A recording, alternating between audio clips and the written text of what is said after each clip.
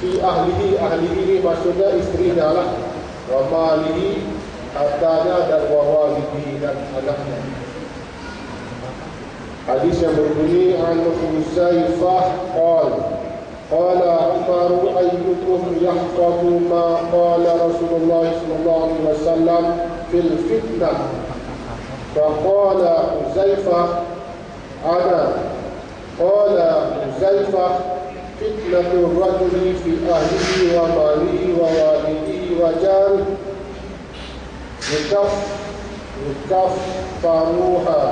yukaffiruha as-salat was-sawmu was-sadaqatu wal-amru bil ma'ruf wa nahyu 'anil munkar.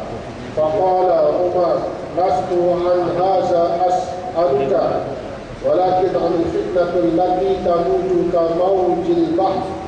Qala ya amirul mu'minin inna bainaka wa bainaha baban mughlaqa. Qala Umar ayuftahu am yuksaru. Qala bal yuksaru. Qala idzan la yughlaqu ila yaumil qiyamah. Hadis sahih.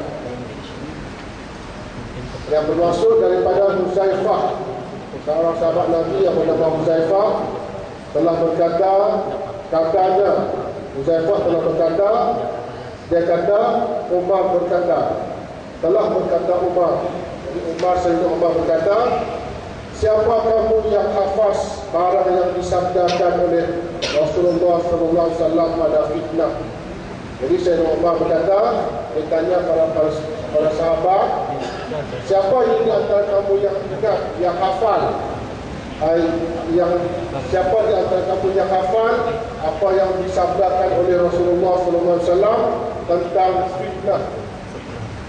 Apa itu yang dimaksudkan dengan fitnah? Fitnah yang kita tahu menumpak kepada orang belah. Tapi di fitnah di sini maksudnya satu malapetaka, satu bencana, satu yang tidak baiklah yang berlaku kepada seorang lelaki.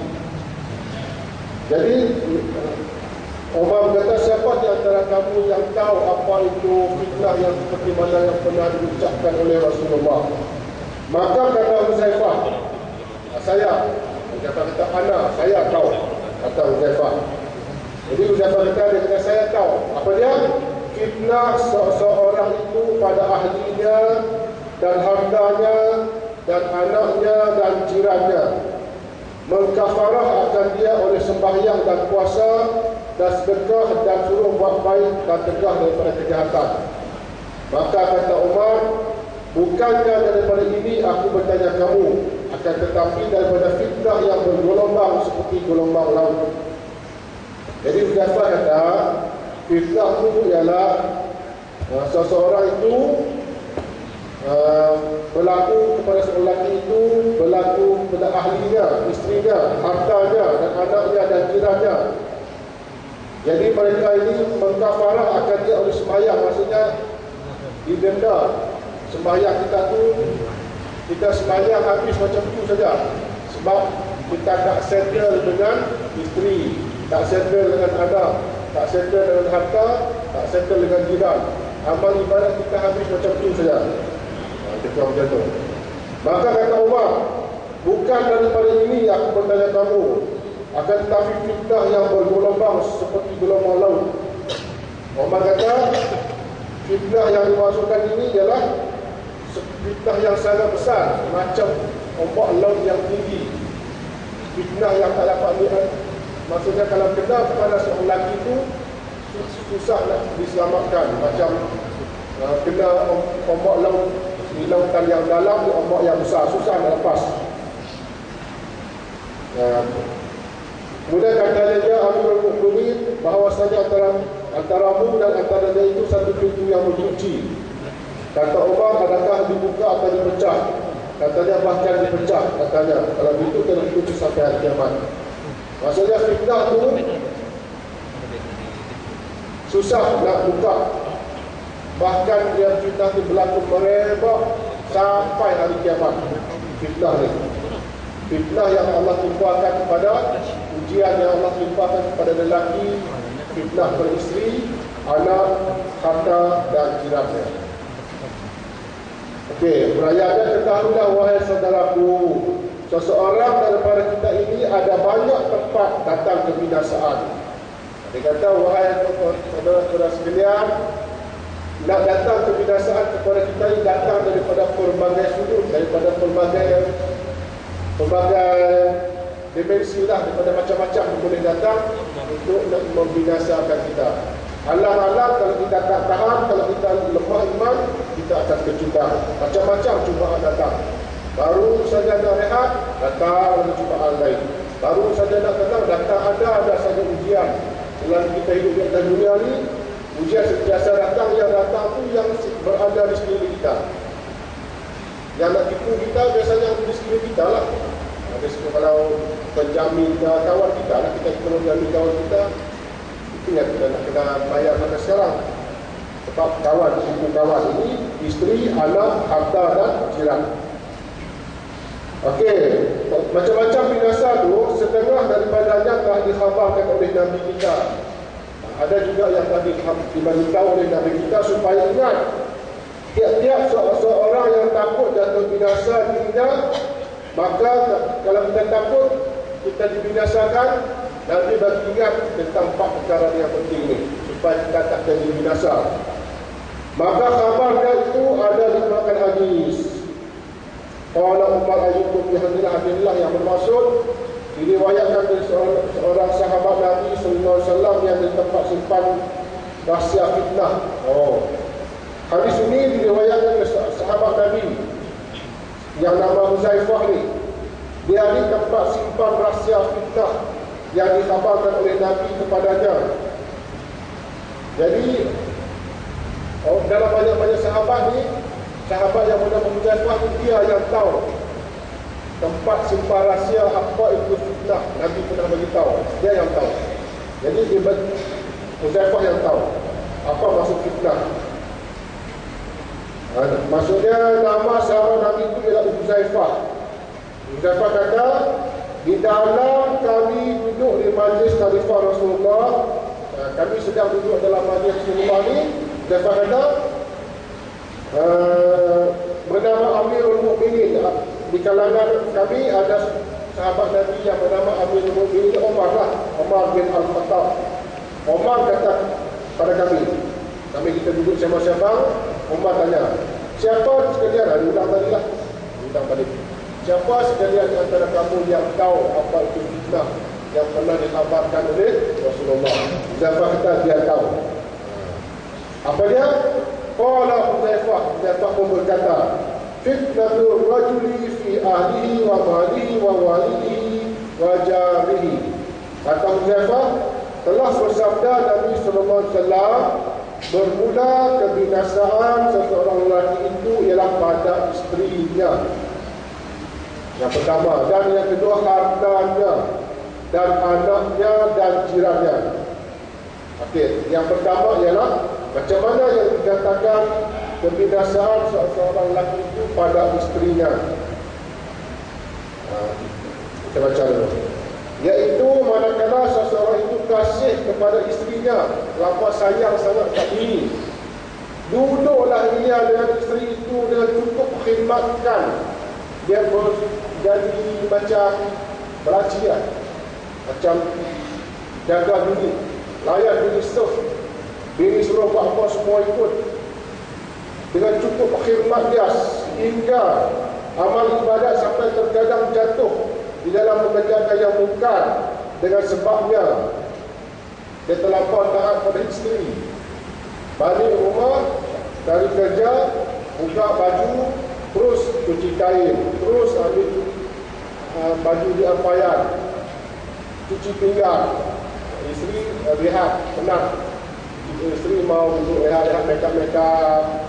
Isteri tak ada kerja lain, kerja dia berehat, make-up, makan, tidur. Ada isteri macam tu.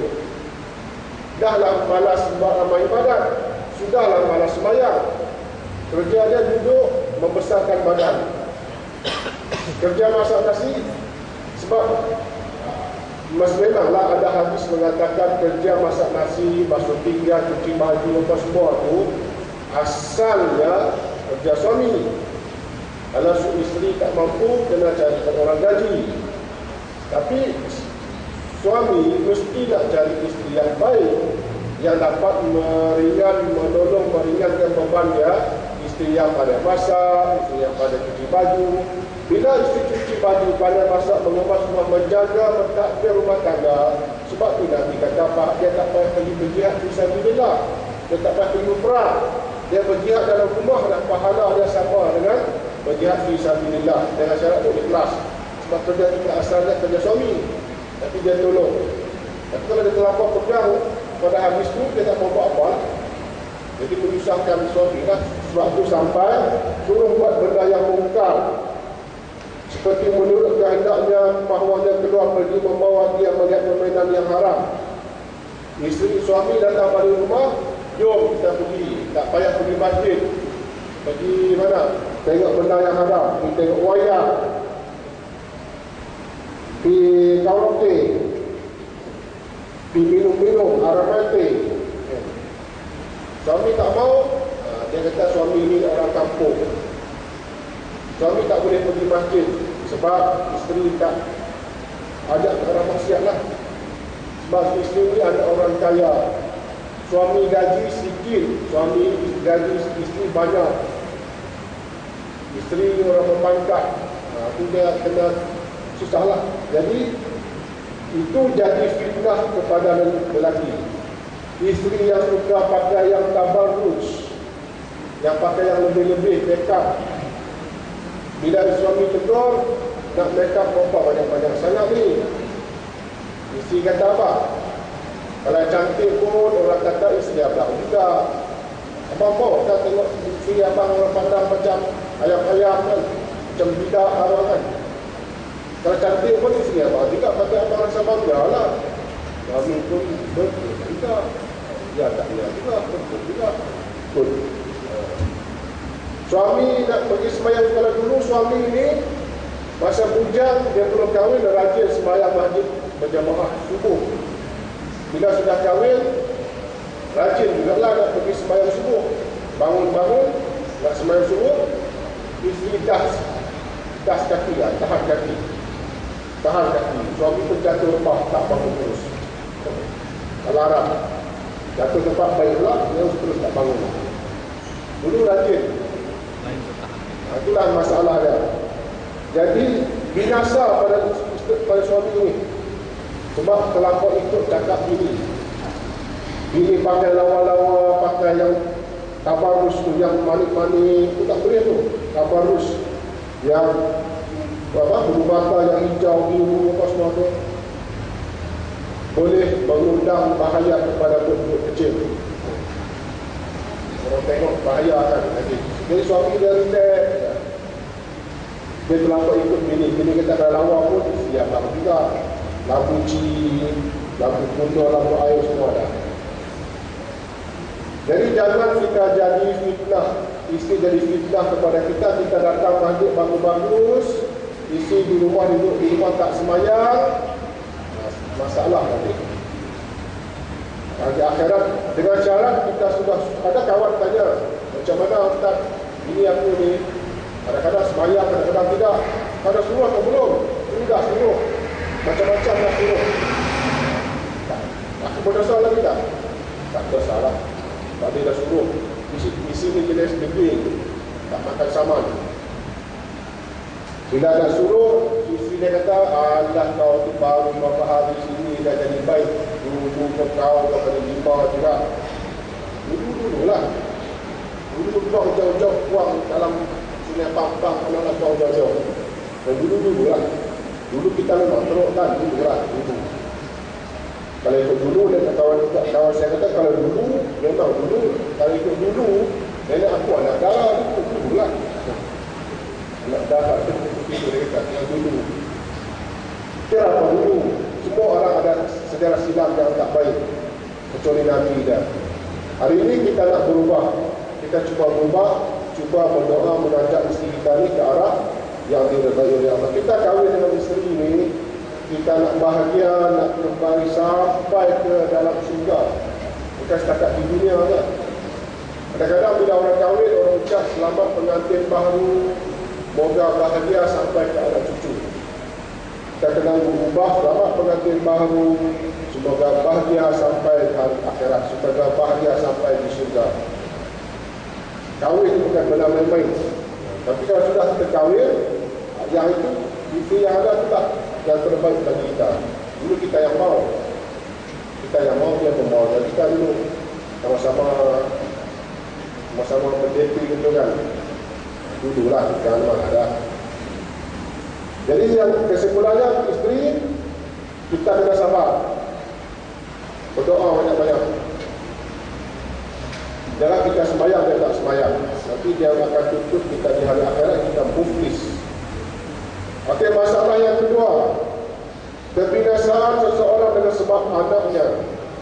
Anak daripada kecil kita didik dia bagus, hantar tadika Islam, sampai dia besar panjang, dia berubah. Dia tak dengar cakap, dia dapat ilmu di tempat lain, dia balik, dia cakap, dia tak pakai lagi. Sebab dia kata kita follow zaman sekarang, zaman milenial. Kita apa tahu. Okey, yang pertama, banyak. Dengan sebab kita yang pertama, kita binasa dengan anak kita ni, dengan sebab kasih amat kepada anak itu diturun apa kehendaknya. Kita dulu susah lah, duduk di kampung, jadi kita tak maulah anak kita pun susah macam kita juga. Kita pun bau kemewahan, apa dia minta semua bagi. Macam anak tu Sazali kan, anak tu Sazali, kenapa bapak belum pulang? Cakap jam sudah pukul 2, kenapa bapak belum pulang lagi?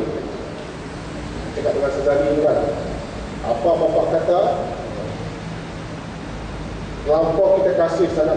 Ustaz, saya pesan dulu masa sekolah dulu, kalau anak minta duit apa-apa, minta apa-apa daripada kita, walaupun kita ada duit, jangan bagi terus. Contoh dia, kita kata, ya kak, nak bayar apa ni? Yuran apa-apa lah. Oh, nantilah besok atau lusa ni dapat cari duit tu, ada nanti bapak kasih. Walaupun kita ada duit, jangan tunjuk sangat, minta dia bagi, jadi dia rasa macam lemah, dia rasa dia senang dapat duit, jadi dia tak pandai hargai. Jadi kalau dia minta, biasa kita cakap nak dulu, bini lah pula, bagilah bang, bagi juga kita. Walaupun kita ada duit, waktu itu kita tanggung dulu. Dan nantilah besok besar bapak cari lagi nanti bapak kasih. Dia ada tahu kita susah sikit. Walaupun kita ada duit, jangan bagi semua dia bagi. Kalau tidak, dia buat, dia tak hargai, asal tak ada duit dia minta.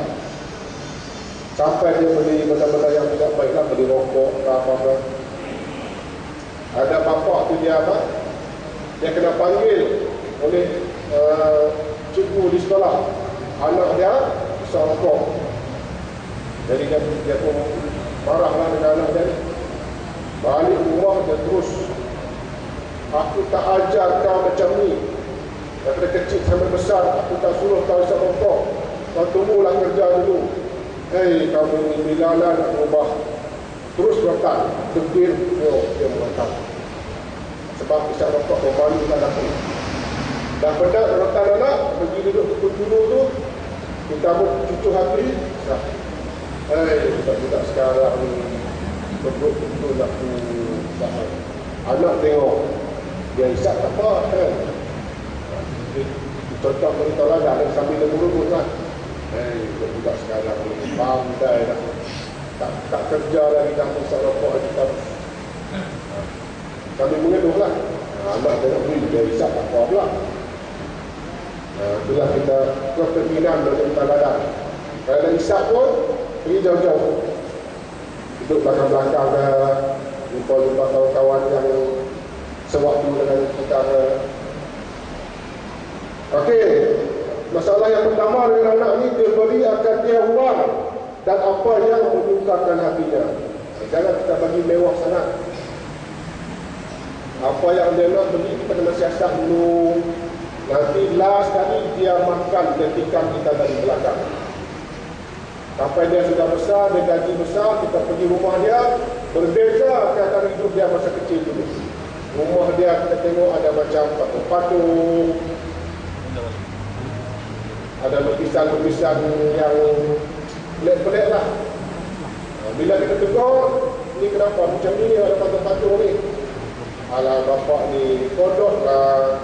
Kan saya bukan, kita bukan sembah, ini sebagai perhiasan saja, kita bukan sembah pun. Saya tahulah bapak dia makan hati. Keluar di rumah pakai seluar pendek. Yang kita hantar sekolah agama dah dulu, tapi dia pakai seluar pendek. Lalu kita duduk di rumah, dia tengok TV dalam bilik. TV ada dua. Kita duduk seorang-seorang tengok TV dalam di ruang tamu. Anak duduk dalam bilik dengan bini dia. Bini dia pun seksi juga. Pak Petua pun tengok macam kan. Hai, menantu aku. Lepas tu besok pula kita pun dah tak tahan dah. Bapak nak balik lah. Cakap dengan anak, bapak nak balik lah. Anak pun elok lah. Elok lah pak. Elok lah pak. Kita pun makan hati. Elok lah tu, nak balik lah. Ada berlaku macam tu. Padahal semasa kecil dulu, hantar sekolah agama bagus-bagus lah. Tapi suasana, environment yang di luar tu, dia dapat dia ikut. Kita terlampau manja dia sangat. Kita dulu susah, mak bapak kita garang dulu. Takut. Dengan mak bapak dan saya memang takut lah, dengan bapak takut. Tapi jadi orang juga lah. Dia jadi orang juga. Kita terlampau manja sangat nanti susah. Anak ni dia makan, dia tipu kita. Dia tipu kita hidup. Lagi dan dimanjakan dia, yakni tidak diajarkan dia adab yang baik. Budak-budak sekarang ni contoh pun dia tak bergedi, nak baku tinggi pun tak pandai. Kita boleh contoh umur 50 dia boleh banyak umur lagi baku ni. Dia dulu budak tak pandai lah. Pakai ikan keli mentah pun. Kita dulu seluruh dalam rumput lah. Itu dari takut lapar manja sangat. Buka sikit, nangis. Jadi lapar manja sangat. Bila dia susah nanti dia tak pandai berdikari. Nanti dia asyik salahkan kita saja. Dan dia jadi fitnah kepada kita. Dan dia malas buat amal ibadat yang diridhai oleh Allah. Kemudian kita lagi, anak ni dan tidak disuruh akan dia membuat kerja yang patut baginya. Semua orang gaji buat.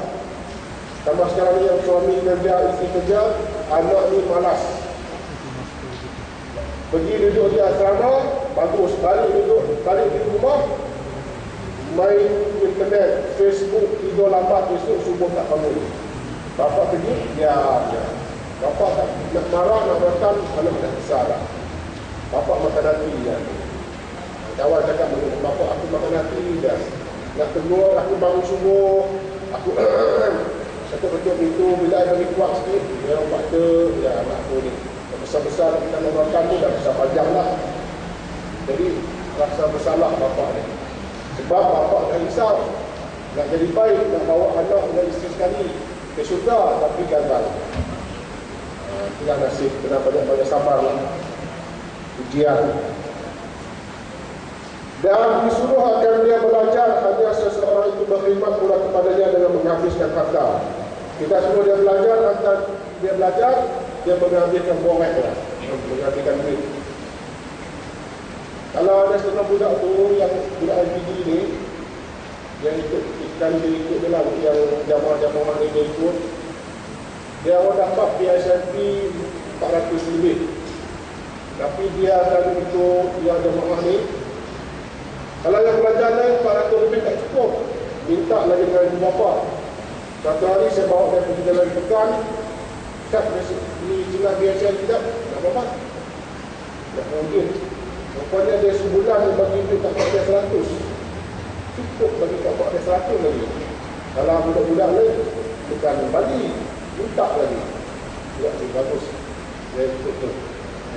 Apa tadi tu. Nama dia apa? Kelas budak kapal. Dia cakap bayar di depan tu pada budak ni. Dia pakai dia guna yang perlu sudah. Berbelanja ikut keperluan, bukan ikut kemahuan. Kalau mau semua mau. Okey, dan berimbang diberi kepada dia yang tinggal beberapa pekerjaan yang baik yang lain kita dapat buat ibadat kalau tak berimbang dengan dia. Okey, ibu bapa ni nak berimbang dengan ibadat tergendala sebab anak minta mu suruh beli ni, suruh ada bapa atau orang jamaah ni sebelum dia rajin datang ke masjid, tiba-tiba lama tak nampak. Saya tanya kenapa lama tak nampak? Susahlah. Apa yang susah? Hantar anak tuition, dia tunggu anak pergi ambil. Kita ni takut dengan anak. Takut dengan anak sebab apa? Kalau lambat pergi ambil anak marah. Kenapa bapak lambat ni? Takut bapak ni jawab dengan anak, aku nak jawab apa dengan anak aku nanti. Aku lambat ni.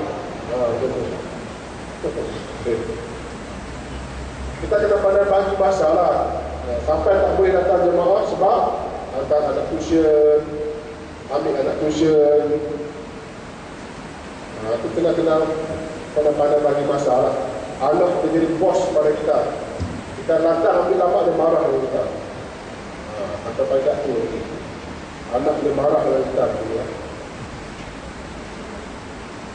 Kita tu takut dengan ibu bapa. Kalau satu hari tak ke sekolah, bapak saya datang ambil kain baju ni. Dia tanya, nak sekolah atau mau? Nak sekolah.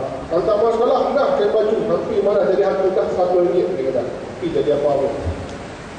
Takut. Budak sekarang ni kan, kita takut dengan dia lah. Sebab ambil dia lambat lah apa lah.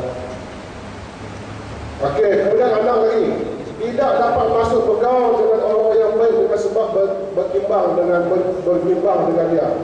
Kita nak pergi berjumpa kawan-kawan kita, nak suruh balik lambat, takut ni anak suruh balik cepat, suruh pergi hantar dia macam-macam lah, suruh beli ni, beli kasut hitam, dah beli kasut putih, nak kasut hitam, dah beli baju perpustakaan macam-macam, sampai tergendala kita nak buat amal ibadat.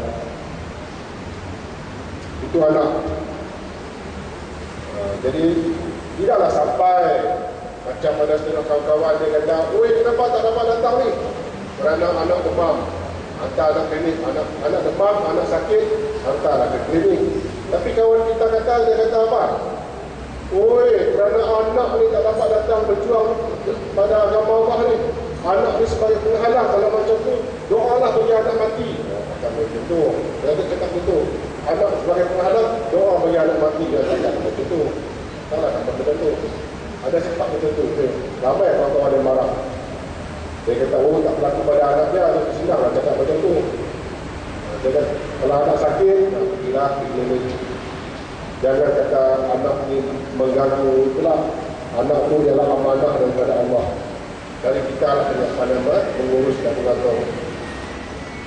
Okey, yang pertama, jangan kita termakan fitnah oleh sebab kerana isteri. Dan yang kedua, kerana anak. Yang ketiga, kerana binasa seseorang dengan sebab hartanya, iaitu siang dan malam berbimbang dengan harta, dikira dan berbimbang dengan dia, bagaimana memperbanyakkan dan bagaimana mempersedikitkan habisnya, hingga tinggal amal ibadat dan segala yang difardukan oleh Allah Ta'ala. Maka dihimpun akan dia daripada apa jua jalan pun, tidak peduli jalan itu haram atau syubhat, ataupun harta itu jika dapat dengan yang jalan halal sekalipun, tetapi membelanjakan kepada segala perkara yang haram dan maksiat. Semua yang dilakukan itu membinasakan seseorang itu yang berharta. Jadi kita jangan jadi macam Sa'labah.